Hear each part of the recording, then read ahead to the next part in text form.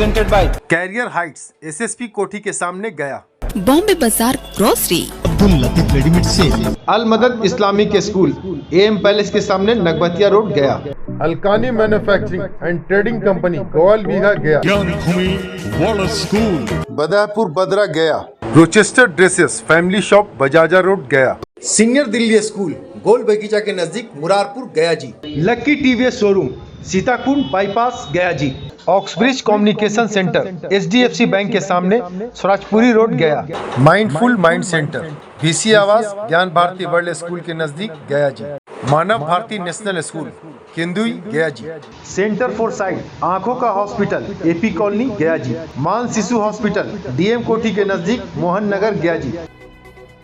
गया जिले के बेलागंज थाना क्षेत्र के शेरपुर गांव में एक युवक की बेरहमी से हत्या कर दी गई। शुक्रवार की सुबह गांव के ही बधार में युवक का शव मिलने के बाद पूरे इलाके में सनसनी फैल गई। मृतक की पहचान शेरपुर निवासी मुकेश कुमार के बेटे शांतनु कुमार उर्फ बहादुर के रूप में हुई है। बताया जा रहा है कि अपराधियों ने युवक की हत्या ईंट पत्थर से कूच कर दी है। घटना स्थल पर बिखरे खून और युवक की हालत देखकर परिजनों का रो रो कर बुरा हाल है। वहीं पुलिस अधिकारियों का कहना है कि मामले की गंभीरता से जांच हो रही है। जल्द ही आरोपियों को गिरफ्तार कर लिया जाएगा।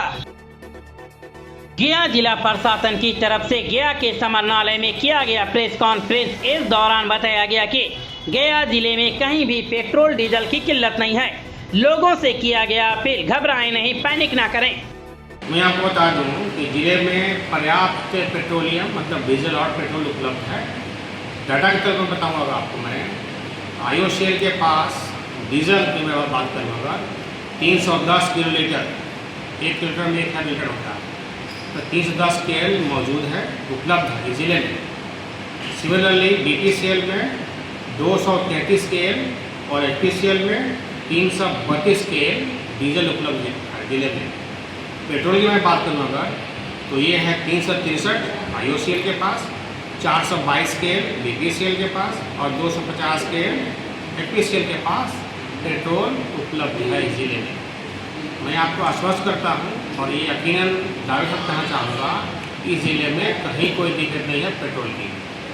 मैं तमाम लोगों से आप लोगों के माध्यम से अपील करना चाहता हूँ कि पैनिक क्रिएट नहीं करें, कहीं कोई समस्या नहीं। हाँ, दर कुछ बढ़ा है जो आपको सबको अवगत है, लेकिन जहाँ सप्लाई की बात है, सप्लाई में कोई दिक्कत नहीं है। पेट्रोल डीजल की बढ़ती किल्लत पर सरकार के द्वारा लाए गए guideline 1 day no vehicle day पर गया जी के सीताकुंड के पास अवस्थित लक्की टीवीएस के प्रोप्राइटर सह मानवाधिकार एवं महिला बाल विकास संगठन के राष्ट्रीय सचिव अंकित सिंह ने किया समर्थन। कहा, आपदा की इस घड़ी में सरकार का साथ दे। ये बहुत अच्छा इनिशिएटिव है। शुक्रवार को नो व्हीकल डे करने से हम लोग प्रदूषण पर्यावरण के लिए भी काफ़ी मददगार होगा और इस आपदा में जब पेट्रोल और डीजल की पूर्ति मुश्किल हो रही है तो देश का बड़ा सहयोग होगा।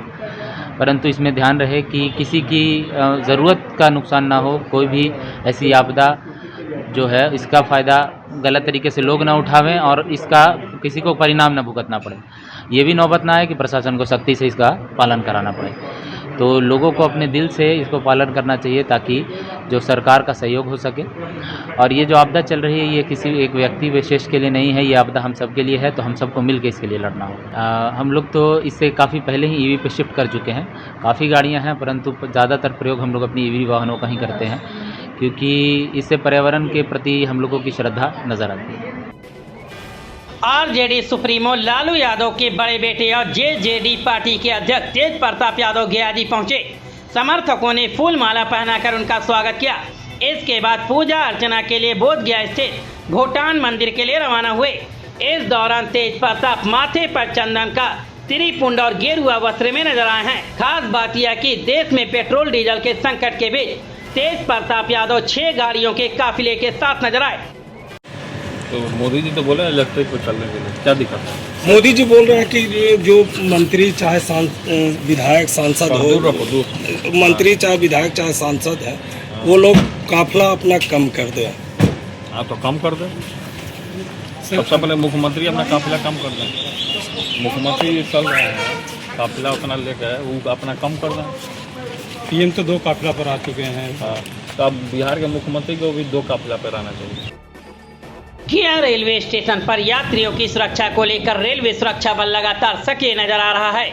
इसी कड़ी में आरपीएफ गया के द्वारा स्टेशन परिसर में साइकिल गश्ती अभियान चलाया गया, जिसका उद्देश्य यात्रियों में सुरक्षा की भावना को मजबूत करना था।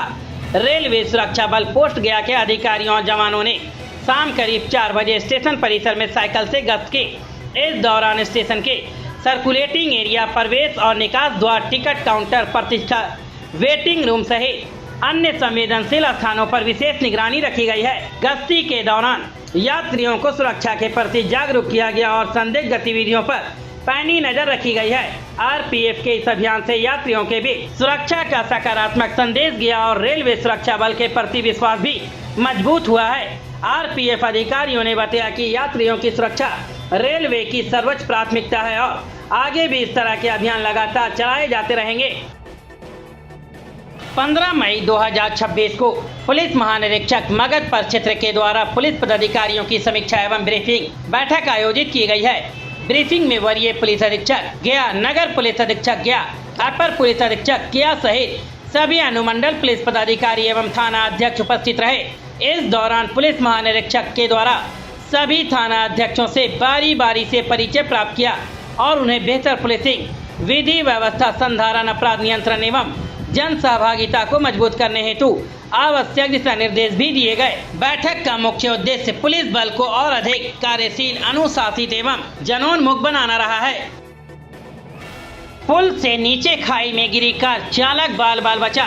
इमामगंज शेरघाटी मेन रोड पर शुक्रवार की सुबह विश्रामपुर पुल के नजदीक एक कार अनियंत्रित होकर पुल से नीचे खाई में गिर गई।